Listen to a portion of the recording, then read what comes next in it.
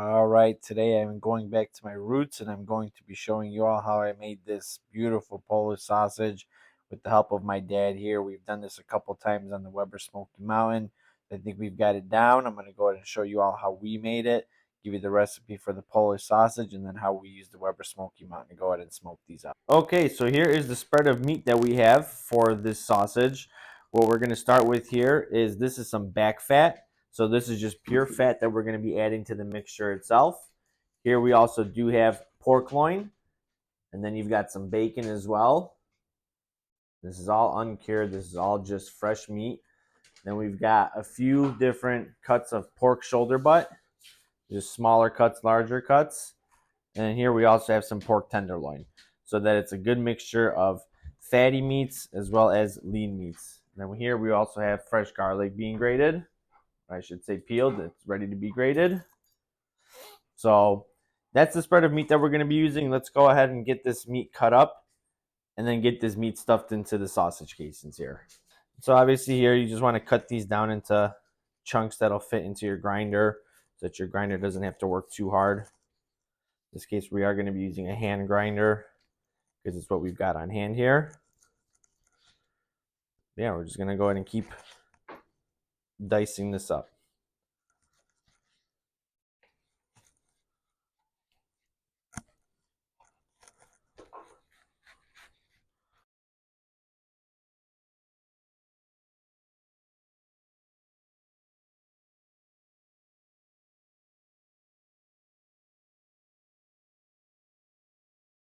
So the pork back fat has been just made into slices. And so what my dad's going to do is go ahead and cut it down the middle, right down to the skin, then make a 90-degree turn there and separate the fat from the skin itself.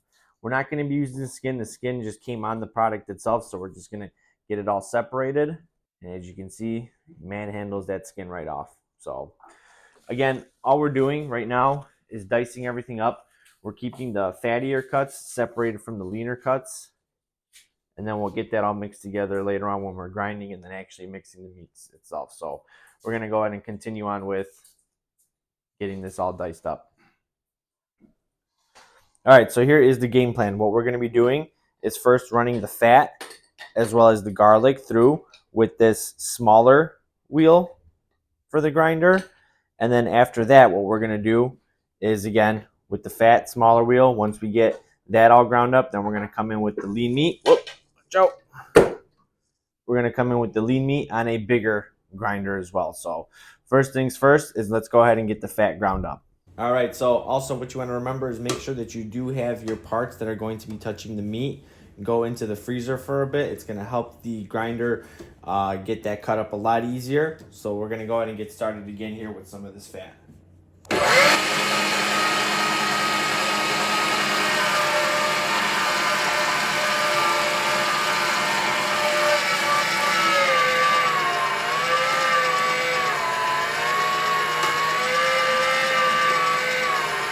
All right, so now that we've got just about all of the fatty pieces gone through the grinder, what we're gonna come in here next with is the garlic itself. So we're just gonna be tossing the garlic right into the grinder.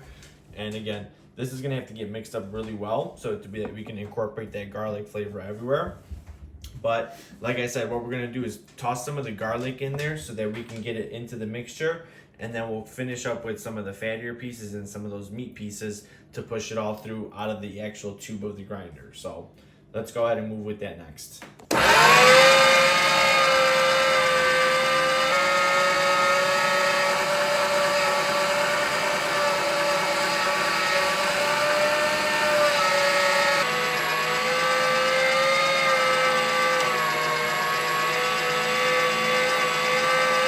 All right, so now that we've got all of the fatty pieces ground through along with the garlic as well, we're gonna go ahead and change out the die on this grinder and go into that bigger side so that we can start grinding up these lean cuts. And that's gonna go into its own separate bowl before we get it all back in so that we can start mixing it all together. So we're gonna go ahead and get that die changed out right now and then get back with you here shortly.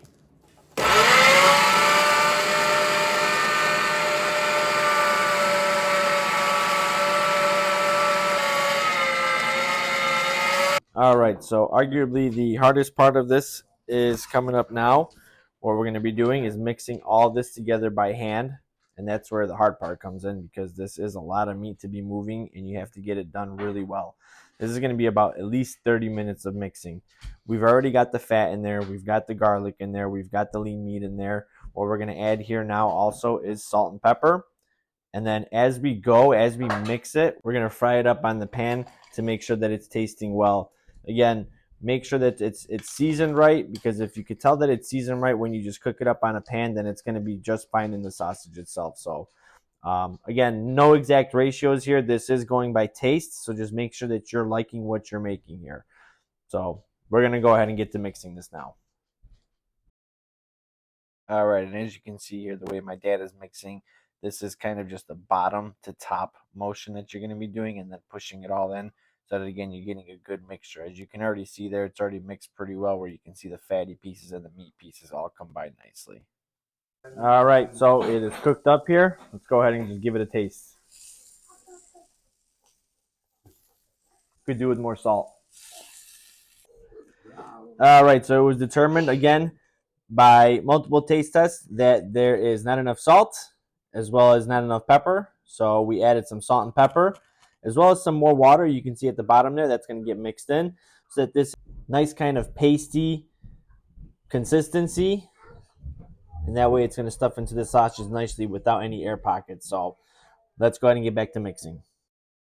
All right, and so here you can see what we're going to be using to stuff the sausages in. We are just using some natural hog casing, just regular size for regular size sausages, of course. The natural stuff does seem to taste a little bit better, and just kind of make for a better sausage. So definitely try to make sure that you find some natural hog casings for this. All right, and so easy enough here, of course, find the open end of your sausage casing and then just go ahead and slide it onto the end of your sausage stuffer. One quick note with this as well, once you get to the end and start tying it off, because you're going to have to tie it off, is make sure that you don't have an air pocket at the end of it there, because otherwise you're going to start off with an air pocket and it's just not going to be good. So just make sure you don't have an air pocket. You'll see where we screwed that up and had to fix it in a second. All right, so we're gonna go ahead and get this started out here. Push some sausage through so we get it and see it through the end of the sausage there. And there we go. So now we've got the sausage through there. We do have to tighten it up a little bit because we had a little bit of an air pocket. Once we get that done, we're gonna go ahead and start sending it all through.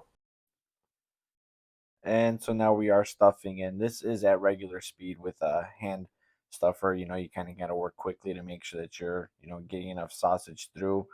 But it makes it a little bit easier to control, especially when you don't do this very often. It's just a lot easier to use a hand one because the mechanical ones or the electric ones can be different. All right, so we just finished stuffing the sausages right now. While I got a minute, I'm going to give you guys a little bit of a walkthrough of what we're going to be doing.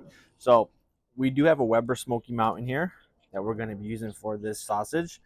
What we're going to do is obviously this piece goes right on top there, and then it's got its lid, and then it's got its grates.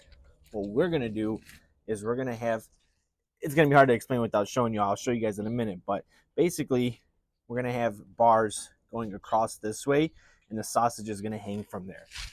That way, basically within this chamber, it's going to be smoking as it's hanging, and that's how we're going to cook it. So it'll make a little bit more sense once I show you guys how the sausage is put on there. But yeah, so we're going to go ahead and get back in there now and start hanging that sausage. All right, so here is all the sausage. Told you guys earlier that I think this was about 12 pounds. I lied. This is probably closer to 30 pounds. There was at least 3 pork shoulder butts in there. So we're looking at closer to about 30 pounds of sausage here. So that's where we're at with this. This is what we're going to be hanging them on. And we're going to demonstrate that here in just a second. All right, so here's what I was trying to convey earlier. So you've just got a stick here, some hooks made on both sides so that these sausages can hang from that stick. An important thing here is you just want to make sure that the sausage isn't touching anywhere. That way smoke can get all over the place and you don't get left with any unsmoked spots. So here, of course, we've got one row. We're going to do them also on either side. That way we're going to have as much sausage as we can get on there. We are going to be working with some cowboy lump charcoal here. I'm going to get it lit up in the barbecue dragon. Makes it a lot quicker to get your charcoal all lit up. You don't have to waste as much time doing it. And if you've never seen one of these barbecue dragons, what you got there is a tunnel to get fire right underneath here. We're going to light up a tumbleweed there in just a second and let that get going. And then what you've got is the barbecue dragon fan itself that you stick right into that tube. And it starts blowing the fire right on up to get that chimney going.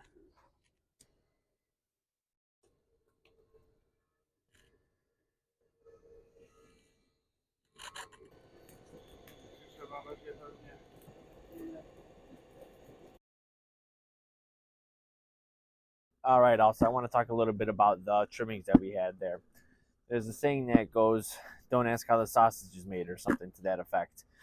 So sausage is typically made with just the worst parts, the parts that people don't really eat on their own. They just grind it all together and stuff it in some sausage casing.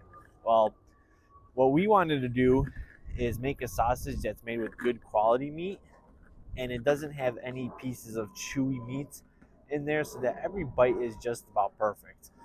Those bits that we took out was a lot of things that you could find in the meat, like veins, which are going to get hard and chewy, along with any silver skin. So we got rid of all of that so that there's none of that remaining inside of the meat and inside of the sausage. So again, it's going to take a little bit longer to do it that way, but you're going to come up with a better end product. So for us, it's definitely going to be worth it. It took a little while to get that all stuffed because we're doing it by hand. The hand stuffer that we've got just takes a little bit longer to do it. But we're going to be having two batches that we're going to be doing here. So the first batch is going to be going on here shortly once the charcoal is all good and ready to go. And then we'll get the second batch on there. But let's see if we can make some good sausage here. All right, here we go. So we are about ready to go ahead and put these sausages on. Temperature on the bullet is at 250, exactly where we want to be rocking it. We're going to open this up now. And as you can see, it should slide on just perfectly. And just like that, so that sausage hangs on top. And we might throw some right on top there as well. We do have a big batch, so might throw some right on top just to get that going. We're going to go ahead and close it up here. And then what we're going to do in just a second as well is open the hatch here to throw in some apple wood. There you go. You can see the sausage right there. Throw a couple of chunks of apple wood on there and let it smoke away. All right, so we are about an hour in doing some observation here. It looks like up at the top, getting a lot of nice color, but towards the bottom there, I'm not sure if you can tell, it's not getting very much color. So we think that that bowl at the bottom of the smoker is the problem. So we're going to go ahead and take that off and let it get some more heat down at the bottom there. So we're going to go ahead and do that and then check back in a little bit later. All right, so that sausage is looking good right now. We did probe it. It is at about 163 degrees, so we are good with that temperature. We're going to go ahead and now take this out and bring it inside and let it rest while we get the next batch ready to go. So you can see a little bit burned up at the bottom, but that's going to be all right. The rest of it looks cooked like it's really nice, so that's good. Couple of spots where they definitely were touching, so we'll show you that, but that's obviously what you want to avoid. It's just we've got such a large batch that we had to fit a bunch of these in, but it's looking good overall. So we're gonna go ahead and get these brought inside and then get the next batch ready, and then we'll give these a taste test. All right, so we've got the first batch completed here. Everything's looking pretty good. Like I said, you do want to make sure that you're keeping these away from each other. Otherwise, you end up with spots like this. This is going to be perfectly fine. I mean, it's not the most beautiful looking thing in the world, but it's going to taste just fine as it is. Again, you can see a nice smoke ring on this sausage. So that's exactly what we're looking for here as well. I already tasted it. The salt, the pepper, the garlic is perfection in here. Again, it's delicious. I mean, this should probably sit around a little bit more just so that it can get it shaken a little bit better. But I just can't wait because it's so good. And you know, of course, with sausage, you've got to have bread.